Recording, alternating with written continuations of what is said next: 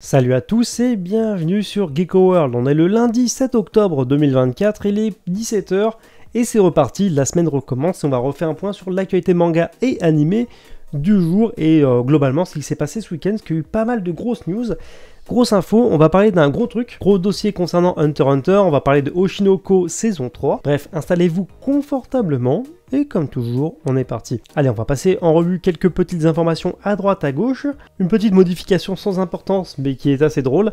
Il y a le premier épisode de Dadadan, dans le premier chapitre du manga. Dans le livre d'Okarun, il y a tout simplement Obama qui apparaît. Et ben là, Obama dans l'anime a été remplacé. C'est une petite anecdote, ça reste assez amusant. Concernant, là on est vraiment au rayon rumeur, donc là prendre avec des pincettes, c'est pas de la news encore une fois, c'est de la rumeur, en attendant des trucs plus concrets et officiels. Donc prenez ce que je veux dire là avec des pincettes. Apparemment il y a la suite de l'anime Black Clover, donc la partie 2, qui serait en production. Il y aurait eu un feu vert, et ça bien avant la discussion d'une seconde partie pour Boruto, au sein du studio Pierrot. L'annonce apparemment aurait dû être faite en mai 2024, et suite à un petit souci en interne par rapport à la production, l'annonce aurait été reportée. Donc voilà, ça serait dans les tuyaux, la suite de Black Clover en animé, sachant qu'on a aussi des rumeurs comme quoi ça reviendrait en saisonnier et non pas en animé fleuve, donc chaque semaine. Affaire à suivre. Il y a une autre rumeur, pareil, rapportée par Anisumi, c'est tout simplement qu'il y aurait toujours la production de Boruto partie 2 qui serait en cours, ça serait vraiment dans les tuyaux. Et cette fois, ça serait délégué à un studio coréen, nord-coréen bien sûr, hein, pas Corée du Sud. Ce qui est très étrange pour le coup, parce que bon, la différence entre la Corée du Nord et la Corée du Sud, on la connaît, hein, c'est un peu deux salles, deux ambiances. Donc c'est très curieux, voilà, à prendre avec des pincettes. Mais apparemment, ça serait toujours dans les tuyaux. Et toujours aux côtés des rumeurs et du côté du rayon des rumeurs, j'ai envie de dire, la saison 2 de Dadadan serait déjà en production. Voilà. Affaire à suivre. Perso, ce serait pas étonnant parce que je pense que Shueisha se doute que ce sera une des grosses licences à suivre dans les prochaines années. Si l'anime et le carton est au rendez-vous, ils ont mis le paquet pour, donc il n'y a pas de raison. Donc on verra bien. Allez, voilà pour les rumeurs. Là, on va parler un peu plus concret. Ça a été confirmé avec Viz Media. Mais il y a JoJo Bizarre Adventure partie 7, Steel Ball Run, qui va sortir tout simplement en volume relié aux États-Unis et dans tous les pays anglophones. Ce qui est une très bonne nouvelle et ce qui est un indicateur parce que souvent, le marché, si vous voulez, américain et international est souvent corrélé par rapport à l'animation japonaise. C'est-à-dire que souvent, si vous faites bien attention, quand une licence arrive en France avec son premier tome ou surtout aux États-Unis, souvent ça a plutôt corrélé avec la sortie d'un animé ou l'arrivée d'un animé. Donc ça sous-entend que potentiellement, il pourrait y avoir d'ici 2025 une annonce pour la sortie de Steel Ball Run en animé. Voilà, ça c'est une théorie de ma part.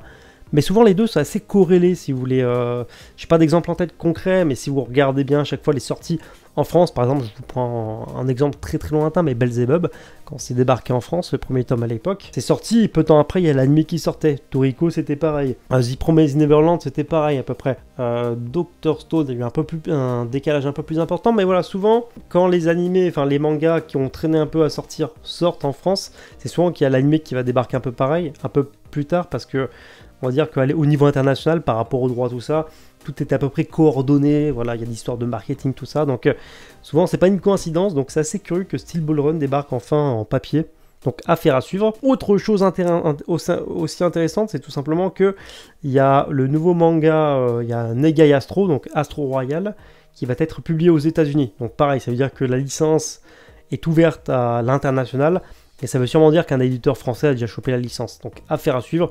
Je pense que l'annonce devrait tomber d'ici première moitié 2025 pour la France.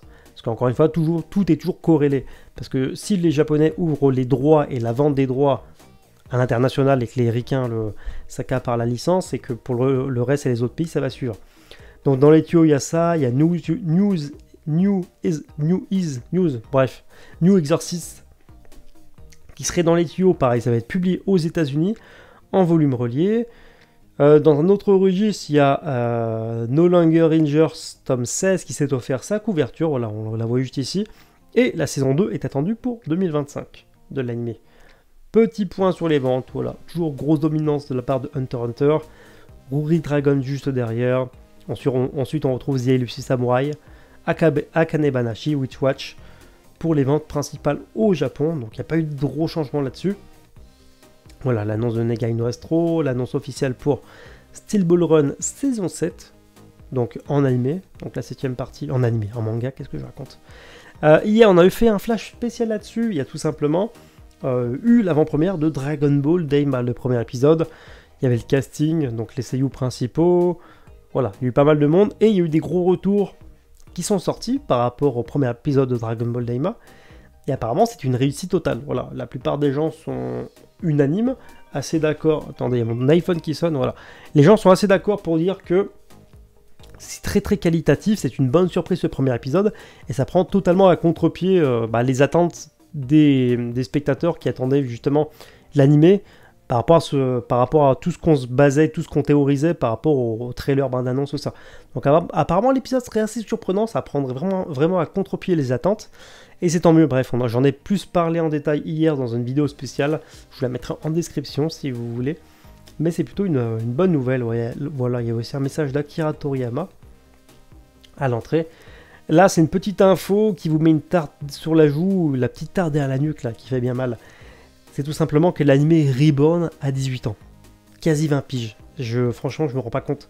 J'ai regardé ça quand j'étais au collège. J'ai l'impression de me sentir vieux.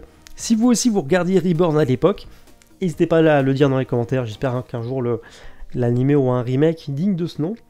Oshinoko, on va parler des choses sérieuses.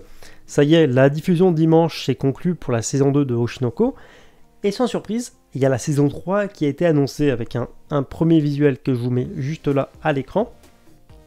Pas de date encore, on ne sait pas si ça sortira en 2025 ou 2026, mais voilà, au moins c'est officiel, c'est dans les tuyaux, on a eu un premier visuel.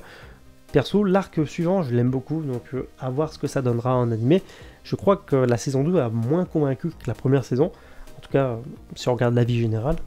À voir si le succès sera toujours au rendez-vous ou si justement ça sera l'animé, la hype sera un peu essoufflée. Il y a Mission Yozakura Family saison 2. Pareil, c'est officiel, c'est dans les tuyaux. Donc l'animé va avoir le droit à une suite. Il y a le nouvel opening de la partie 3 de l'animé Bleach qui s'est offert un nouvel opening, vous l'avez sûrement vu. Et ben l'opening cumule plus d'1 million de vues en à peine une journée sur YouTube. Donc c'est assez conséquent et ça prouve que voilà, une grosse fanbase pour l'anime Bleach et que les gens kiffent l'opening. Il y a la première journée du Shoseki qui vient de se terminer pour octobre. Donc on a eu une première estimation sans détail, mais on va dire c'est une première vraiment estimation, une première idée de ce à quoi ressemblera le top Oricon. Donc en première position, sans surprise, au Shoseki Ranking, il y a Jujutsu Kaisen avec son tome 28 qui s'est classé. Kagurabashi fait une belle perf apparemment en se classant 4ème du classement. Blue Box 5ème. Mission Yozakura Family 22ème. Undead Unluck, voilà, juste avant la 30ème place.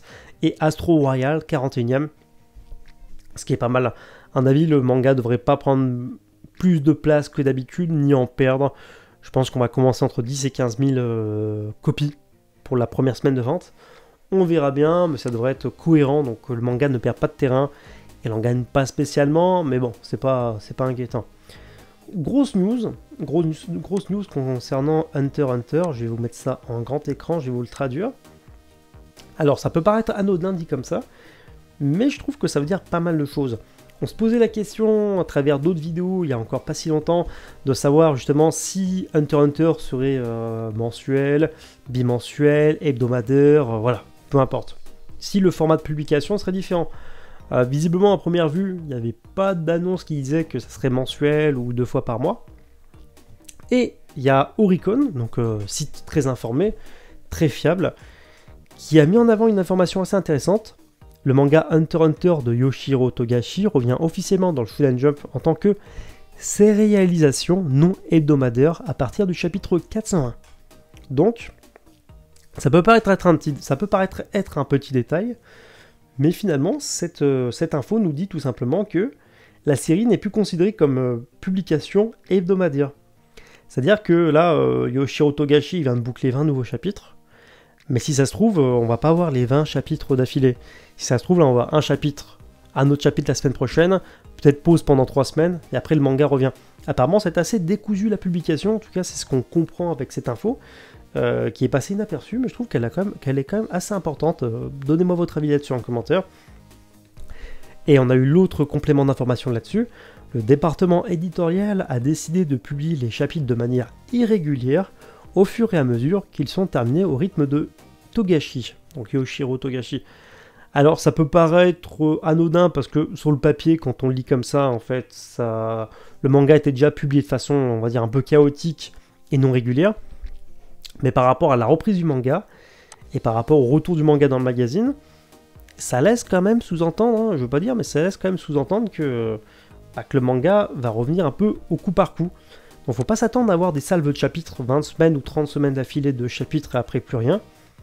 Apparemment ça risque d'être dispatché dans le temps, voilà. Ça se peut, on va enchaîner 2-3 semaines avec des chapitres, après rien du tout pendant 3 ou 4 semaines. L'auteur va peut-être travailler plus régulièrement, mais un peu plus comme il veut. Donc à mon avis, on aura plus des chapitres dans l'année étalée, donc ça sera plus régulier, entre guillemets. Mais ça sera pas, voilà, enchaîné, bam bam bam, un chapitre, un chapitre, un chapitre. Voilà, pour la news, je trouve qu'elle est assez importante, il n'y a pas grand monde qui l'a mise en avant, et je trouve que c'est dommage, parce que ça peut changer potentiellement beaucoup de choses, donc on en reparlera dès qu'on aura plus d'infos, mais je tenais à vous le partager un peu plus en détail. Écoutez, c'est tout pour cette vidéo du lundi, j'attends votre avis là-dessus en commentaire, je vous souhaite une bonne journée, et à bientôt.